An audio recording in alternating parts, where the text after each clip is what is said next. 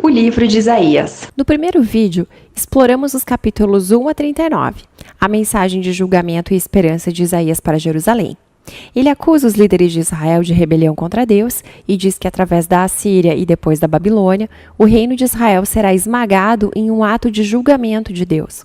O capítulo 39 termina com uma previsão sobre a queda e o exílio de Jerusalém na Babilônia.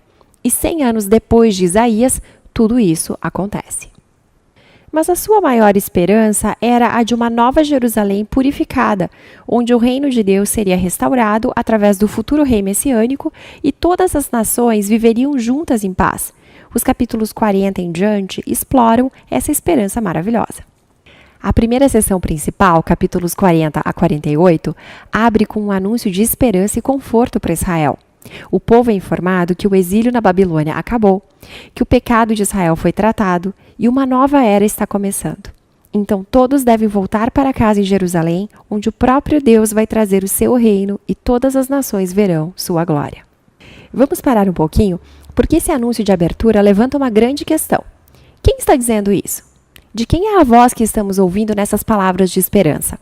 A perspectiva do profeta nesses capítulos é a de alguém que está vivendo depois do exílio, em um período descrito por Esdras ou Neemias. Mas Isaías morreu 150 anos antes disso tudo. Então, o que devemos fazer com isso? Bem, há muitas pessoas que pensam que ainda é Isaías falando nos seus próprios dias, mas que ele foi profeticamente transportado 200 anos no futuro e está falando para gerações futuras como se o exílio já tivesse passado. No entanto, o próprio livro de Isaías nos dá algumas pistas de que outra coisa pode estar acontecendo. Os capítulos 8, 29 e 30 nos dizem que depois que Isaías foi rejeitado pelos líderes de Israel, ele escreveu e selou um pergaminho com suas mensagens de julgamento e esperança, e ele passou isso aos seus discípulos como um testemunho de dias que viriam. Isaías morreu esperando que Deus confirmasse suas palavras.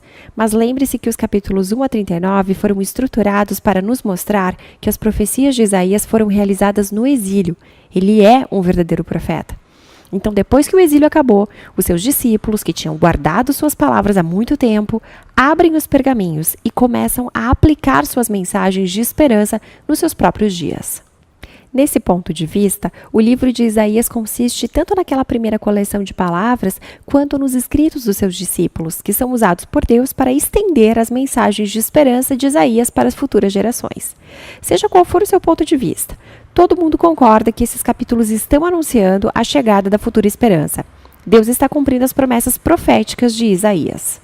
O profeta espera que Israel responda se tornando servo do Senhor, isso é, depois de experimentar a justiça e a misericórdia de Deus através da história, que eles comecem a compartilhar com as nações quem Deus realmente é, mas isso não acontece.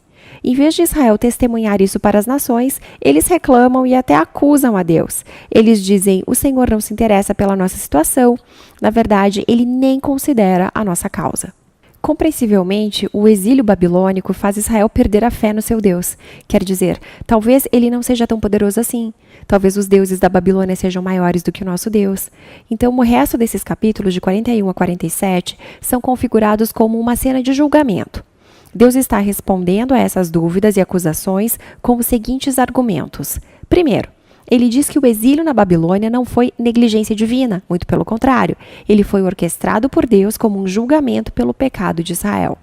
E segundo, foi para o bem de Israel que Deus levantou a Pérsia para conquistar a Babilônia, para que eles pudessem voltar para casa, cumprindo as promessas de Isaías.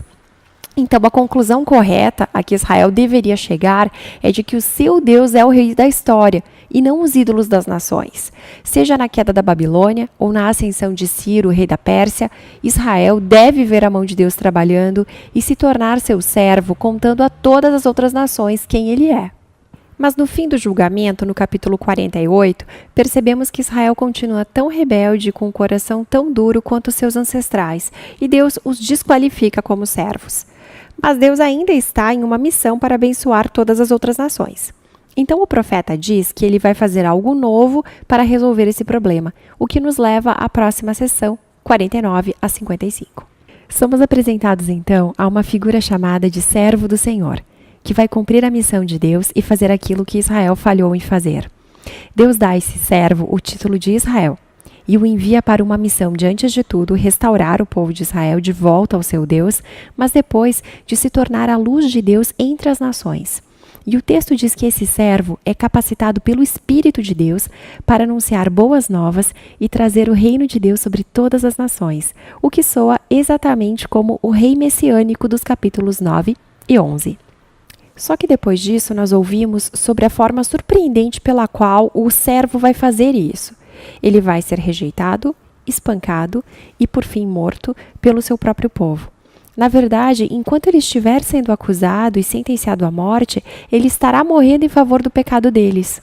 O profeta diz que a morte do servo é um sacrifício de expiação pela rebelião e a maldade do povo. Mas depois da sua morte, de repente o servo está vivo de novo. E nós ouvimos que por meio da sua morte, ele providenciou uma forma de tornar as pessoas justas, o que significa colocá-las em um relacionamento reto com Deus. E a sessão termina descrevendo duas formas pela qual as pessoas podem responder ao servo. Algumas vão responder com humildade, vão se arrepender dos seus pecados e aceitar o que o servo fez a seu favor. Essas pessoas são chamadas de servas ou de sementes. Lembre-se da semente santa do capítulo 6. Essas são as pessoas que vão experimentar a bênção do reino messiânico. Mas há outros que são chamados simplesmente de perversos. E esses rejeitam tanto o servo quanto os seus servos. O que nos traz à última sessão do livro, de 56 a 66, o momento em que os servos herdam o reino de Deus. Esses capítulos são desenhados com simetria e trazem à tona todos os temas do livro. Bem no centro, há 3 lindos poemas que descrevem como o servo, capacitado pelo Espírito de Deus, está anunciando as boas novas do reino aos pobres. E ele reafirma todas as promessas de esperança citadas no livro até aqui. A Nova Jerusalém, habitada pelos servos de Deus, vai ser o lugar onde a justiça, a misericórdia e as bênçãos de Deus vão fluir para todas as nações do mundo. E cercando esses poemas, há 2 longas orações de arrependimento, onde os servos confessam o pecado de Israel e lamentam toda a maldade que vem no mundo ao seu redor. Então eles pedem a Deus que os perdoe e que o seu reino venha para a terra como é no céu. Agora, em cada lado dessas orações, há coleções de mais poemas que contrastam o destino dos servos com o dos perversos que os perseguem. Deus diz que vai trazer justiça sobre todos aqueles que sujam o seu mundo bom com egoísmo e idolatria, e que vai removê-los da sua cidade para sempre. Mas os servos, aqueles que são humildes diante de Deus, que se arrependem e confessam sua maldade, esses são perdoados. E esses vão herdar a Nova Jerusalém, que nós descobrimos ser uma imagem de uma criação completamente nova, onde a morte e o sofrimento desaparecerão para sempre. Isso nos traz para o quadro externo dessa parte do livro. Nesse mundo renovado do reino de Deus, pessoas de todas as nações são convidadas a vir e a se unir à família da aliança dos servos de Deus, para que todo mundo possa conhecer o seu Criador e Redentor. E o livro de Isaías termina com uma visão grandiosa do cumprimento de todas as promessas da aliança de Deus. Através do rei servo sofredor, Deus cria uma família de todas as nações que está esperando a sua justiça e a sua nova criação, onde o reino de Deus finalmente virá à terra, como é no céu.